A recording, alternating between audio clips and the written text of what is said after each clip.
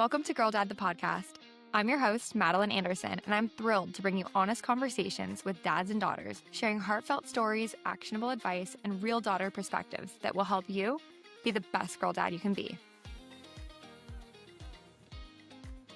Hey, and welcome back to Girl Dad, the podcast. I'm your host, Madeline Anderson, and today's episode is a deep dive on the anxious generation, part 2. So if you haven't listened to part 1, which was the last deep dive episode, I would recommend going back and listening to that first. However, it is not required whatsoever. During the last episode, we talked a little bit about what changed for Gen Z and future generations, what led to the major increases in depression and anxiety, and how smartphones and social media affected children.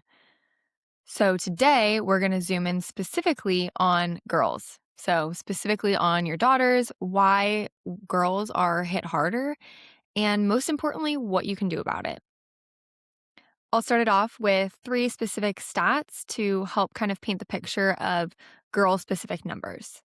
So number 1, girls who self-report spending 5 or more hours per weekday on social media are 3 times more likely to be depressed than those who report no social media time. Number 2, around 2013, which in the last episode, we talked about this being that time of the great rewiring, where children's brains were rewired because of smartphones and social media. So around 2013, psychiatric wards began to fill disproportionately with girls. Number 3, studies show that social media use is a cause, not just a correlate, of anxiety and depression, and the correlation is largest and clearest for girls. So why girls specifically? What is it about the way that us girls use social media and the way that social media uses us girls that makes it so much more damaging? So in the book, Jonathan Haidt identifies 4 reasons, and I'm going to walk through each one and we'll go into detail on why this is the case. The first reason is visual social comparison and perfectionism. So even though we don't look like we live in the hunter-gatherer society, our hardware still operates in that manner. So for teenage girls especially, this hardware is being exploited at scale. And it really comes down to this thing called a sociometer. So a sociometer is something in our brain that tells us where we stand in terms of local prestige rankings. So when we feel that our prestige ranking is dropping, that can trigger anxiety and can motivate us to change behaviors. And this used to keep us alive. So for hundreds of thousands of years, your social standing determined whether you'd eat, whether you'd find a partner, whether the group would help you when you were sick or injured. And being cast out was, back in the day, somewhat of a death sentence. So evolution kind of built in this hypersensitive alarm system, which is that sociometer. And this worked great in the hunter-gatherer world when it was roughly 50 to 150 people that you were spending time with, and you knew everyone and the hierarchy was relatively stable. And, you could track who respected you and who could count on you. And all of that information was used to make sure that you felt safe and connected. And this was especially true for women. So in ancestral environments, a girl's social standing depended heavily on being chosen. So, by a high status male or by other women as an ally, by the group as someone worthy of protection. And there was things like physical attractiveness and health and fertility that directly affected survival for women and children. So for women, this sociometer is tracking, am I likable? Am I attractive? Am I included? What are people saying about me? And for boys, it's a little bit different, or men. So it's more about strength and skill and resources and dominance. So things that you could hunt or fight for or build, that demonstration of action and strength put boys in a different hierarchy and position. So they're more so asking themselves things like, can I win? Am I strong? Do other guys respect me? And that's their internal sociometer. So going back to girls, it's more about this comparison to others and how attractive she is, not just in terms of physical attractiveness, but just in terms of being part of the society and where she belongs in relation to others. So the problem here is that this ancient circuitry that kept us alive in the past is still running, but it's a completely different world. So this was not designed for a world that exposes you to thousands of peers, updating constantly, and broadcasting their best and brightest versions of themselves directly into your nervous system, which is essentially what social media does for young women. If you think about Instagram, it has, a feed of endless photos and videos of filtered, curated images of other girls' bodies, other girls' lives. And that sociometer that women feel is hammered all throughout the day if you're spending time on social media. Before smartphones, a teenage girl might compare herself to the girls in her grade, which maybe is 20 girls or at the maximum, maybe 400 girls. And maybe the ones that she saw in magazines or movies. But either way, it was a very limited sample size. But now, with social media, she can compare herself to hundreds or thousands of girls every single day. And a lot of these girls are using filters and perfect angles and better sides and, editing apps, professional lighting. They're making sure that they look the best that they possibly can, even if it's artificial. Even though she might know that it's fake, it doesn't actually help because she's still feeling those feelings of comparison and judgment. And she may still be feeling like these girls are more attractive or they're doing more interesting things with their lives. I'm falling behind. I'm losing status. I'm in danger. And really, it's I'm being excluded from the tribe. And those are very serious feelings to be felt because back in the day, that could potentially mean life or death. What's tough about this is that, like I said, it doesn't actually really help to know that it's fake. So, it's great to teach your daughters that social media isn't real life. But if you look at it from like a psychological basis, it doesn't actually help because that part of the brain that does the comparing isn't governed by the part that consciously knows that the photos are being edited. So the prefrontal cortex is that rational analytical part, and it also develops last. So she may not even have full development of that. She doesn't have full development of that part of the brain. But also the limbic system, which is where this ancient emotional core, where the sociometer operates first and it doesn't care. So it's registering threat, it's computing status, it's triggering anxiety, it's flooding her body with cortisol before her conscious mind can even step in and say, oh, well, it's fake. And it's way more powerful than that fact as well. Those emotions are so real that the fact doesn't override those emotions. So that's why girls can know that what they're seeing is fake, but they still feel bad about themselves. So to summarize the danger of social media on girls, reason one is that visual social comparison and perfectionism and the fear of not being good enough compared to others that you're maybe seeing. The second reason is relational aggression. And this is another key difference between boys and girls. So boys tend to fight physically or directly. People always talk about how a boy will just punch someone and get over it and then they'll be good. But girls tend to fight socially. And this is very harmful for them. So it's, through rumors, through excluding them, attacks on their reputation. So social media took that type of fighting and made it even more dangerous. So, relational aggression can show up as rumors, group chat, texts, hate pages, really mean comments, anonymous apps. There's all kinds of things online that can really hurt a girl's status and reputation.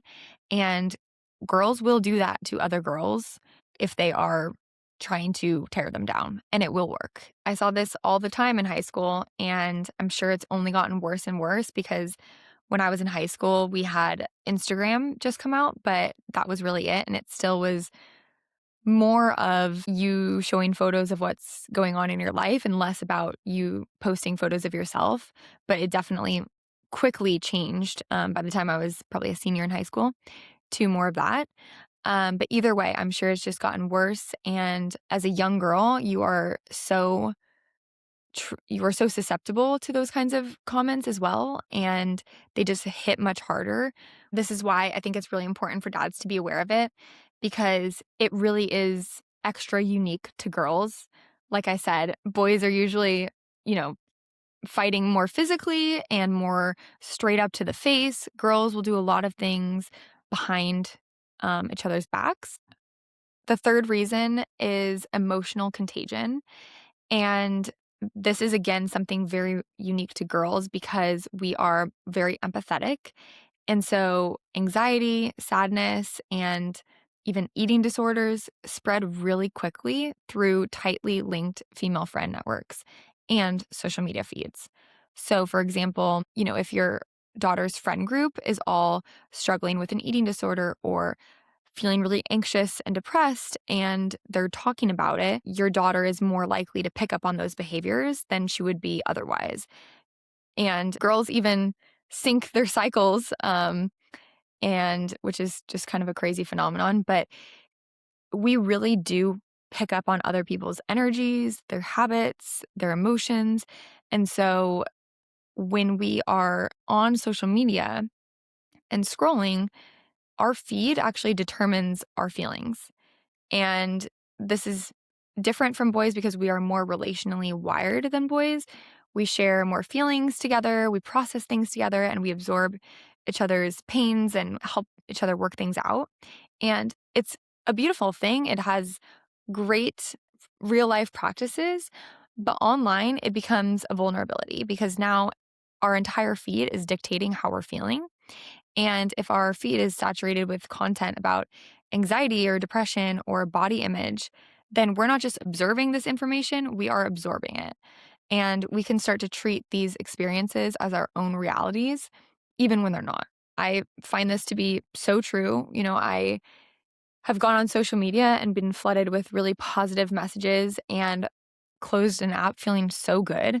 And it's been the opposite as well. I mean, especially with politics, I feel like that's a big one where as an adult, like things are really bothering me if I'm seeing a lot of something and I'm feeling anxious about it. And then I have to close the app and realize, why did I just do that? That totally affected my feelings. And I have no control over, what's actually going on. So anyways, I think having honest conversations with your daughters about this and about how social media and what's on her feed can really affect her emotions will help her at least recognize how maybe positive messaging can positively impact her life. And um, she can control her feed. That's the other thing. If she wants to change it, start typing in positive messages to the search bar, and that's what you'll be fed. So I've been really loving my tennis feed recently. I'm learning more tips and tricks. It's been really positive for me. There's also some really great mindset things that I've seen, and it shows that it can be positive. But there's so much that lives there, and there's so much of that natural inclination to be a woman and to compare yourself to others and to be part of that tribe and understand your status. And so again, we're wired in this way. And so the more that we can curate what the feed entails, the better the outcome is for us.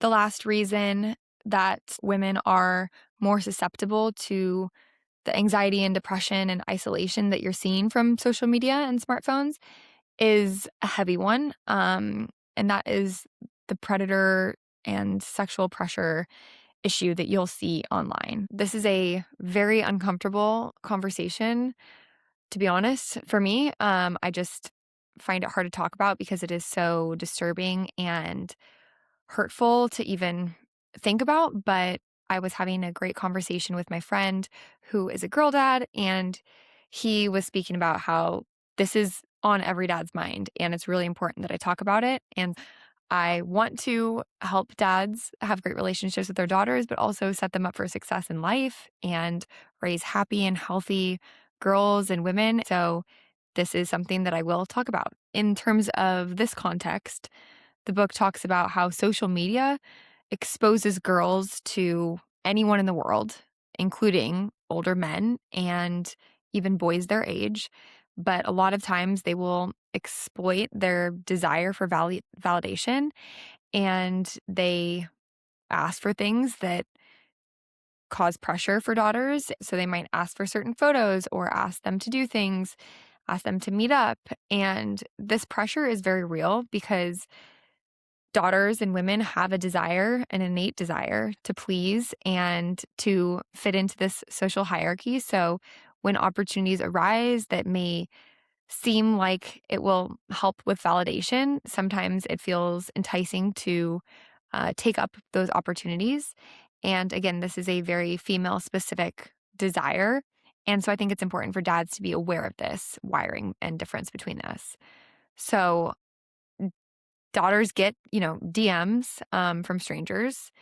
They have pressure from boys at school. And even her following, her like the number of followers that she has on Instagram or other social media platforms can feel like a measure of her worth. This is embedded in our wiring. And one of the main issues here is we can feel really awkward about it and we might not want to talk about it or not know how to talk about it. So girls might hide things from their parents because they don't want to be blamed. They don't want their phones taken away. They don't want their social media deleted or, on pause, grounded. Um, and so that kind of hiding of what's going on just makes it even worse. More anxiety, more depression, more isolation because they can't talk about these things, these pressures that they're feeling from other people, oftentimes men and boys.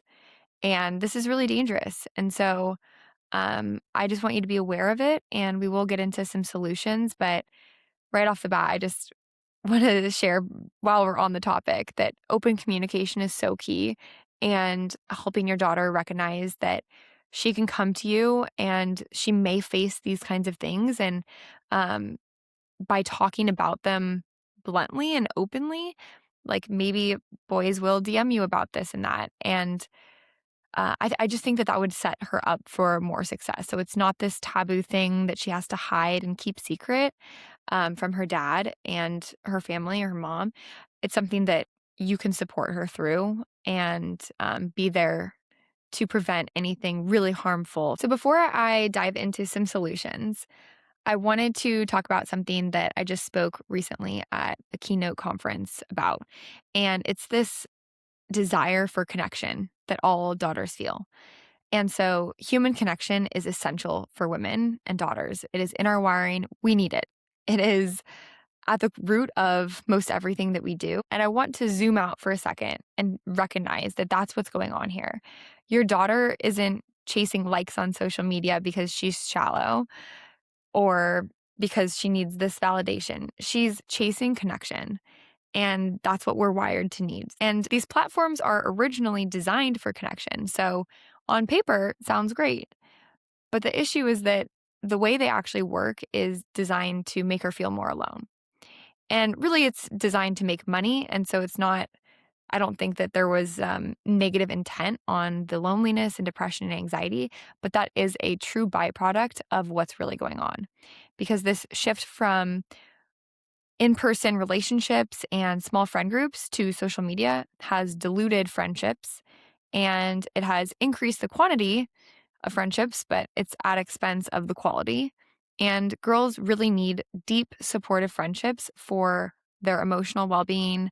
And social media encourages the opposite. It's shallow interactions, superficial validation seeking, comments that seem nice, but they're just kind of fake. And as these real friendships decline, loneliness is increasing. And it's really true among girls. What I really, really want every dad to hear is that you are the most important anecdote to that. Research shows that a girl's mental health is positively affected by having a good father daughter relationship. And active parental engagement from the dad as a primary attachment figure enables the daughter to fulfill her fundamental psychological needs, which helps contribute to that sense of resilience in responding to different risks and challenges. So you are one of the most powerful forces in her life, and you help build this force field that we talk about often on the show and really help protect your daughter from these kinds of things. If she's feeling fulfilled and wanted and loved and important in the family dynamic, social media is not as important to her. Social media can be extremely important to a girl who's lost and who's struggling to find her own self-worth and meaning because she can seek out this external validation. But the issue is that based on everything we've already discussed today, a lot of it is superficial and it actually leads to more issues, like depression and anxiety. So I wanted to provide 4 quick solutions for you as fathers on how to help your daughter navigate this landscape of social media and the tech world. Number 1, understand her platforms before judging them. So you can't protect her from things that you don't understand. I think it's great for dads to download an app that their daughter wants to use or is using, like Instagram, for example.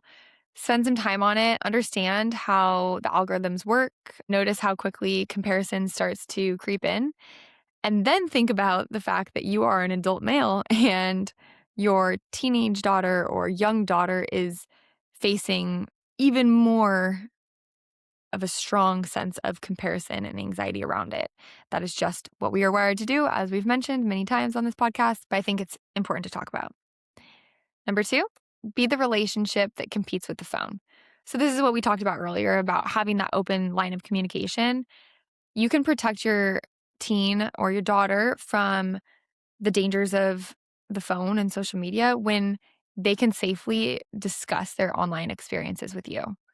If she can come to you about something online that's making her feel bad or giving her anxiety without fear that your first move will be to take away her phone, and if you can just ask open questions and be curious and show love and support, then she's more likely to come to you. And, you know, sometimes you have to play detective a little bit here, and maybe she is feeling a little bit down or bothered. And you can ask the question, is there anything on social media that's been messing with your head lately or causing you any sort of stressors? And that kind of curiosity doesn't come off as an attack. It's more like, hey, I love you. What's going on? Is there something you want to talk about? Rather than like, do I need to take away your phone so that you're happy? It's you want the same thing. You want her to be happy, but the way that you go about it will determine your success or not in accomplishing that, because your daughter will often protect this desire to want to feel included, and that's what the phones typically do. Number 3, actively counter the comparison spiral. So she will face comparison if she is on social media or even just walking through life. I mean, billboards, TV, commercials, everything, there's always people to compare yourself to. But the more that you can help her help herself understand her self-worth and build her confidence, the more that comparison doesn't really matter. So it's not just about saying, you're beautiful or complimenting her looks or her personality. It's more, hey, I noticed how wonderfully you handled that situation, or I love the way that your mind works, and I'm so proud of all of your effort that you put into this. And girls that are getting this real specific affirmation from their dads, they're building this sense of self-worth that is not dependent on a like count. And the more that she knows that you're proud of her, the less that she seeks other people being proud of her or validating her. And I do like to talk about, when it comes to pride, it's really great to be proud of your daughter, but also teaching her to be proud of herself is a wonderful thing as well. And last, number 4, create phone-free moments that aren't punishment.